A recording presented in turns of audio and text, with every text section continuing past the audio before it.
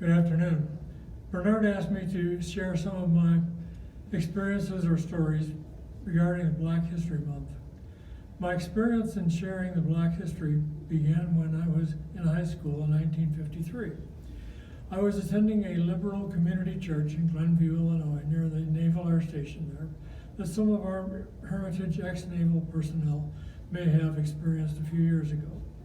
The American Friends Service Committee, a Quaker community service organization, invited high schoolers from our church to join them in helping some Black inner city families improve their apartments by repainting and filling in the rat holes in their apartments. This is the kind of community support that Barack and Michelle Obama participated in early in their careers. I was so impressed with this sort of activity that I transferred from the University of Illinois to a Quaker college, Earlham College in Richmond, Indiana. There I took a master's degree in community development. My thesis was on the Ministry of Community Development in India. As a result of my study of India's Ministry of Community Development and subsequent master's degree in economics at Indiana University, and a recommendation of one of my professors at Indiana, I was hired by the Ford Foundation to work in Calcutta, India, now renamed Kolkata. Soon after arriving in Calcutta, I had the opportunity to visit New Delhi, India's capital, and the site of Gandhi's funeral assassination and funeral in 1948. Much of the world mourned Gandhi's passing. His full name was Mohandas Karamchand Gandhi, but they called him Mahatma, meaning great-souled or venerable. Martin Luther King was well aware of Gandhi, his teaching, and his emphasis on nonviolence and organizing the poor to resist oppression and help themselves. Of course, Jesus believed in nonviolence, but Gandhi organized the poor to the community. Gandhi added organizing the poor to the community activist toolkit. As I said, the Obamas, Barack and Michelle, both used community organization as an important tactic early in their careers.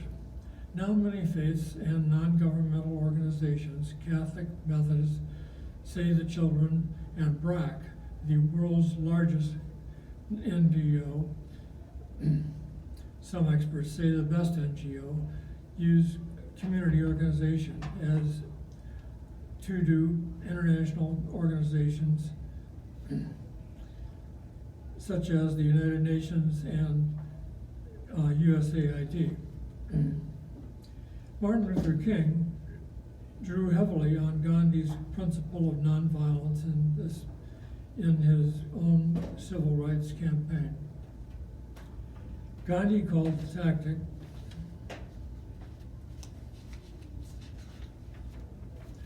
satyagraha, or a truth force. Martin Luther King used the tactic in his Montgomery bus boycott, 1955 and 1956. Unfortunately, the two never met, for, as I mentioned, Gandhi died in 1948 when Martin Luther King was 19.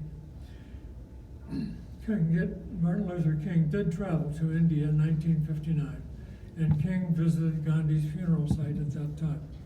John Lewis, the recent U.S. congressional representative from Georgia, I'm sorry, excuse me.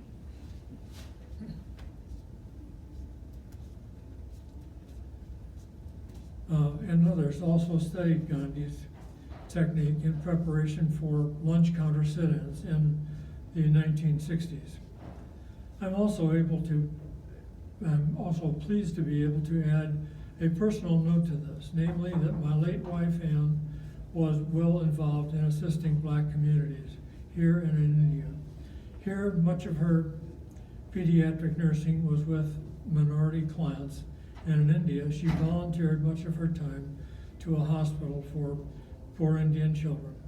She won the Innova Home Health Employee of the Month Award in November 1995.